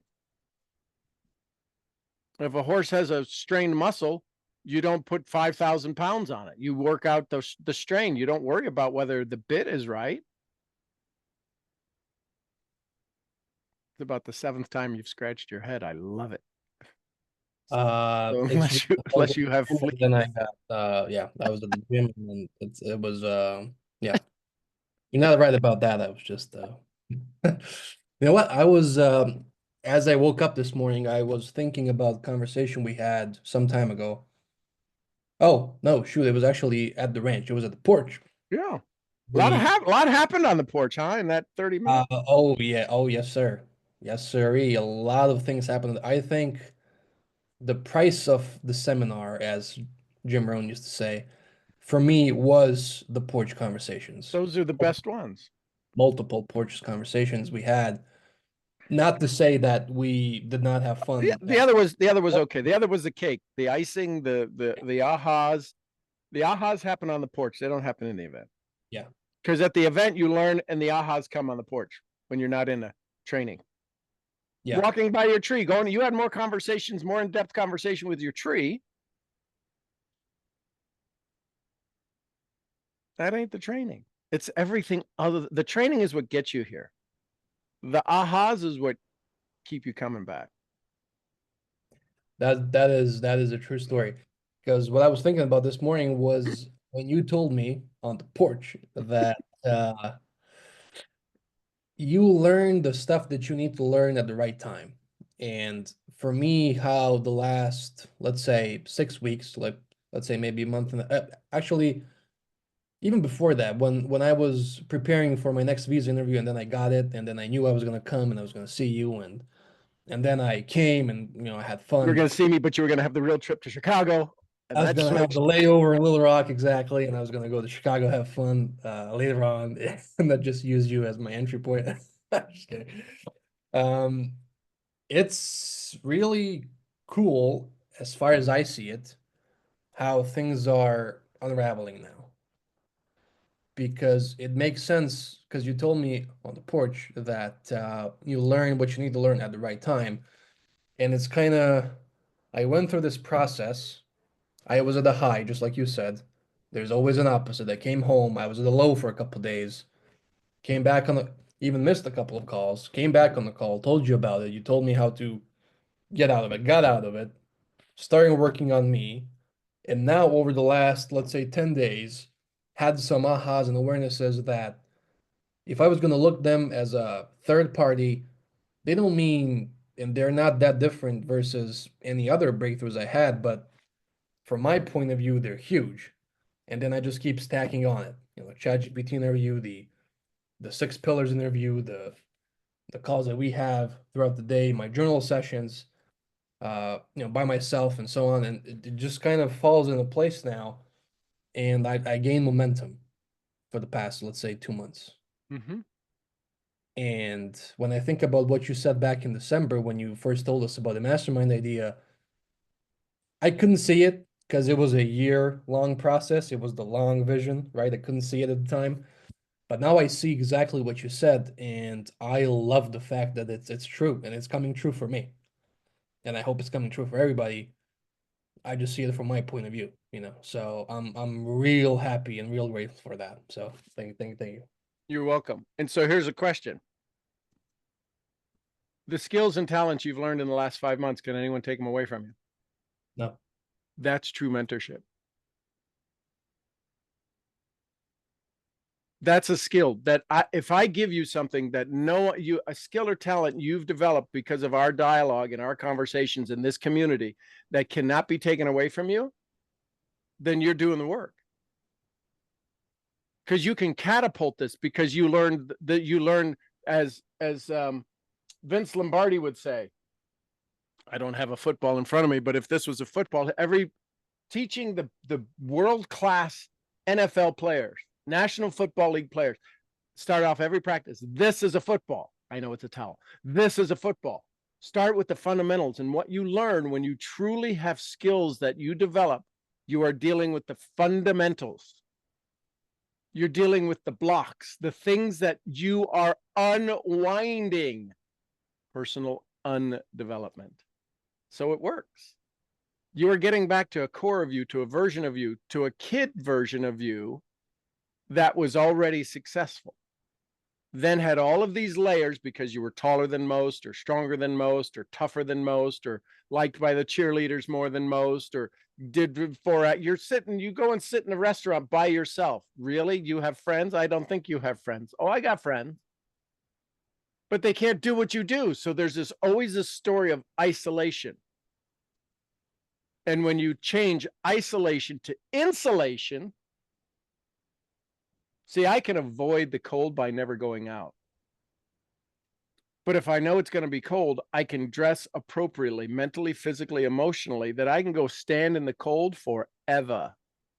And that's what happens when you step into these new places. You get to go withstand the extremes of the emotional environment that you are currently living in, to survive it in a way you've never had. You always feel comfortable in it.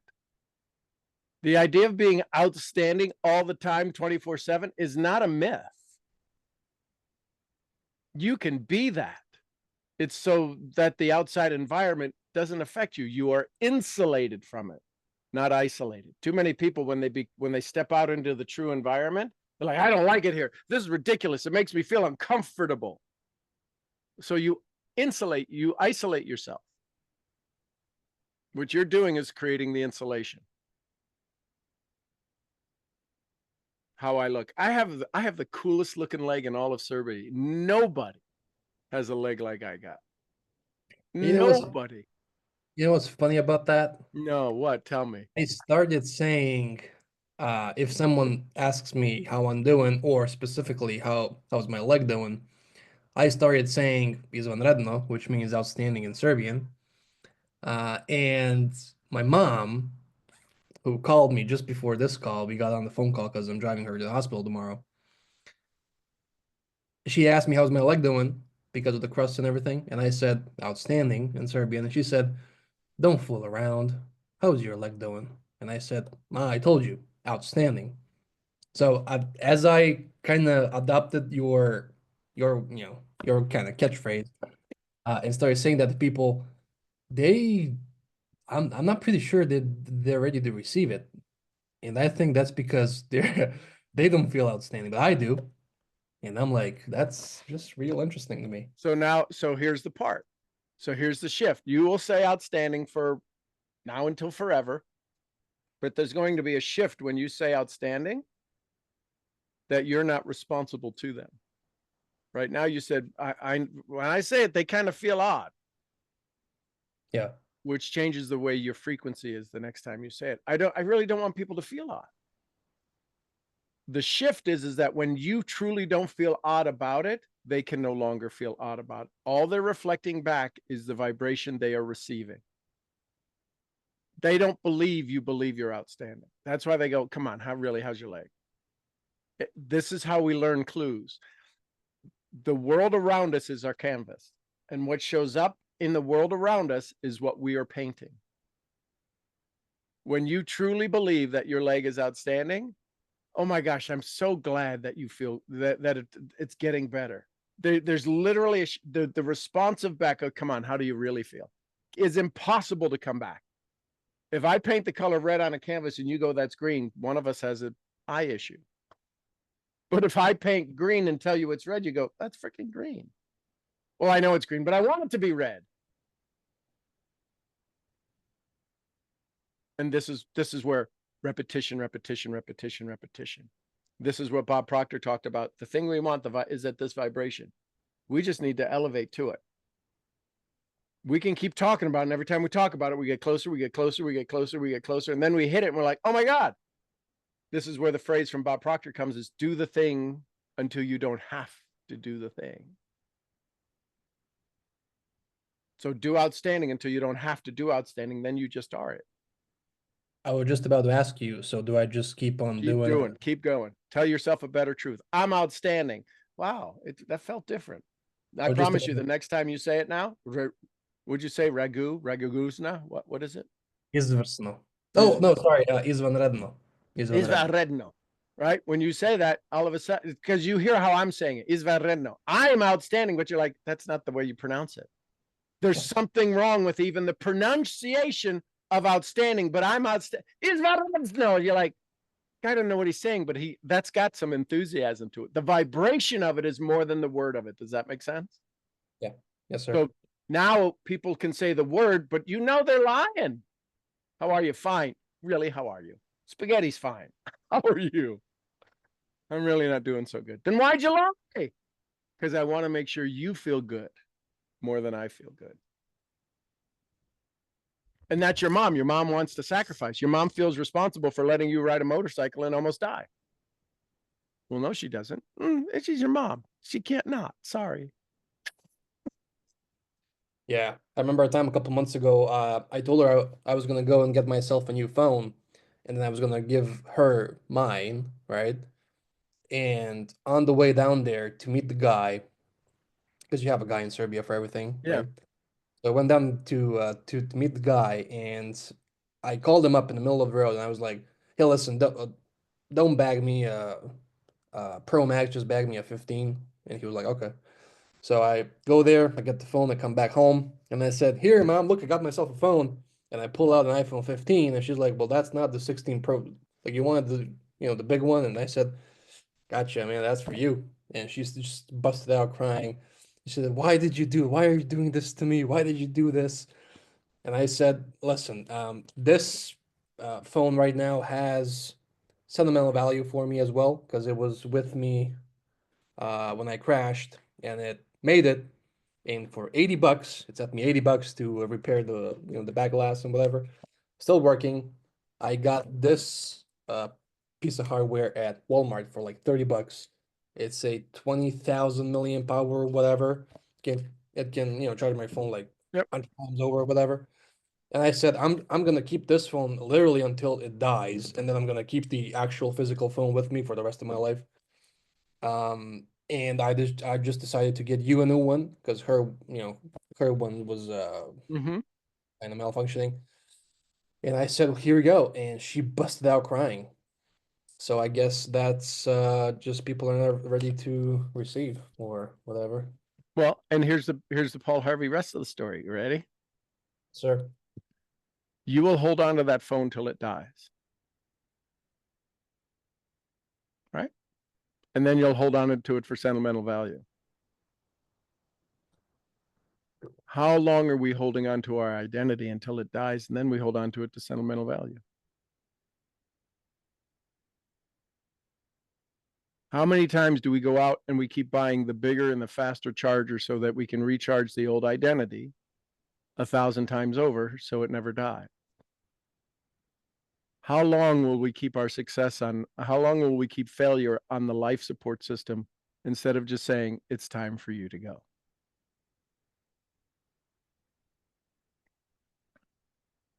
ChatGPT won't. ChatGPT won't give you that story. Now, being responsible, the phone works. It charges. The phone works.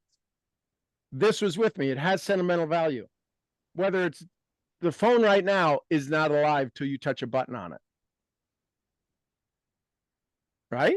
That phone that you held up, I don't even know where my phone is, that you just held up, we don't know if it works. You're telling us it works.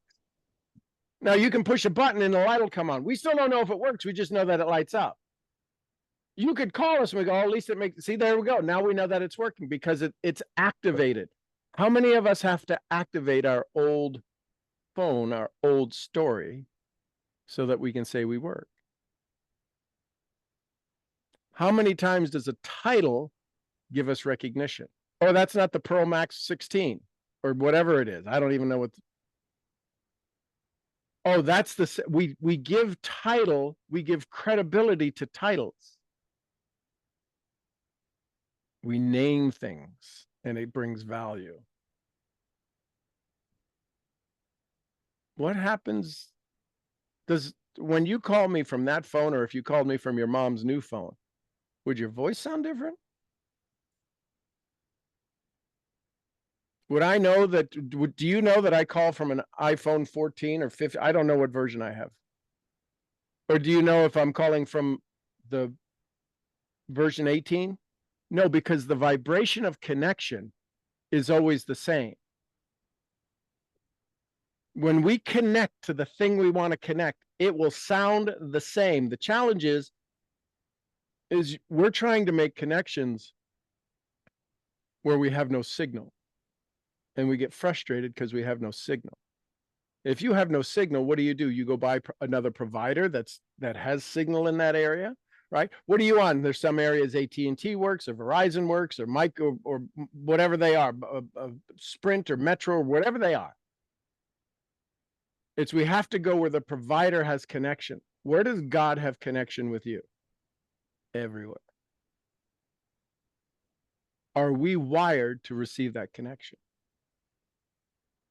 Are we wired to make that transmission?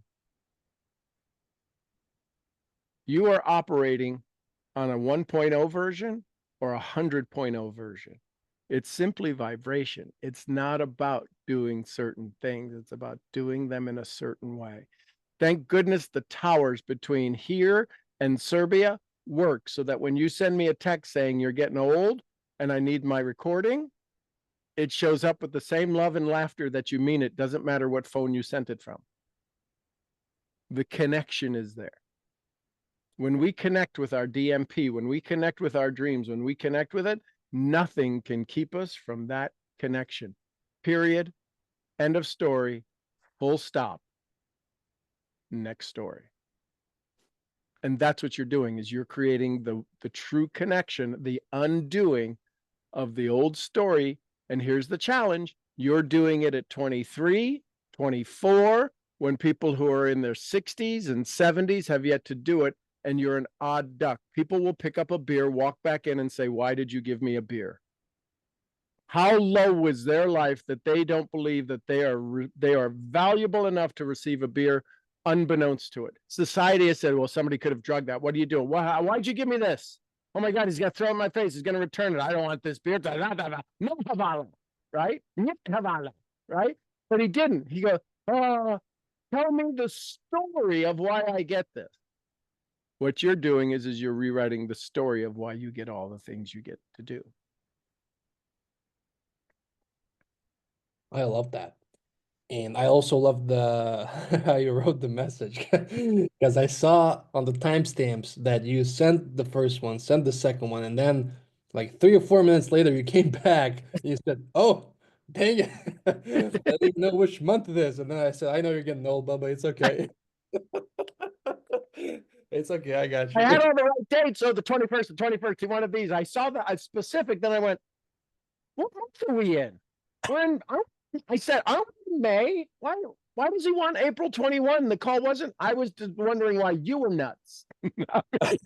Yeah. That's what took the 4 minutes going. Why is AJ, why is he so, why was he asking for a month-old call? That doesn't make sense. I thought he wanted May's call. Oh, he did want May's call. What am I doing? Literally, that's why there was a 4 minute at light speed conversation wondering why you were absolutely cuckoo for Cocoa Puffs. Yeah, well, how'd that work out for you? It was fascinating when I realized, oh my gosh, because I couldn't unsend it, right? I could have deleted it, and you're like, what'd you delete? Listen, I sent you the right, I was in the right pew, wrong church. Yeah, you're definitely going somewhere. Yeah, you know? I was gonna listen. I answered your question. It wasn't the answer you wanted, but I answered a question, but it wasn't the question you asked for. That's right. Oh, thank you. This You was a are great welcome. day. Thanks, everybody. Congratulations on the awareness. There's a lot of scars and a lot of road rash just from these learnings. You thought the road rash from the motorcycle accident was something. That ain't nothing. That's all external. This is all internal road rash.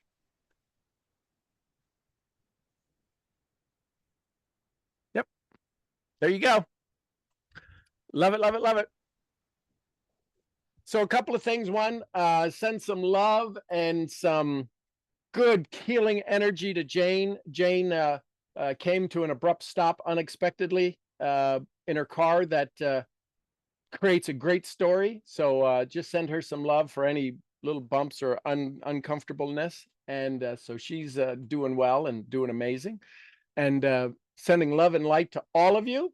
Big hugs. Diane is doing amazing. She's absolutely wowing all of the people that work with her. Don't understand why her body is so freaking amazing, because she's a super soul and we love her a ton. Keep sending her love and light. And I'm your head brain training. Let's go have some fun, Misfit. I'll see y'all where? The next event. At the next event. Somebody give me some Costa Ricas. Gura Vida. Vida. We love you, Mark. Some Lydia's. Peace be with us. Cool is that. Peace be with us all. The queen of helping you uncover your discovery, Jessie Lee Ward. Boss Boss Lee. Lee, we love you, girl. All right, everybody. Oh, and a little white fluffy running around. Gurgly, gurgly, Gurgly, gurgly. gurgly, gurgly. All right, everybody, go have some fun. We'll see you tomorrow morning. Enjoy your day. Thanks, everybody. And let's say more bread for more people. Bye for now. Thank you, family. Have a great day, Peace. everyone. Yeah, take care.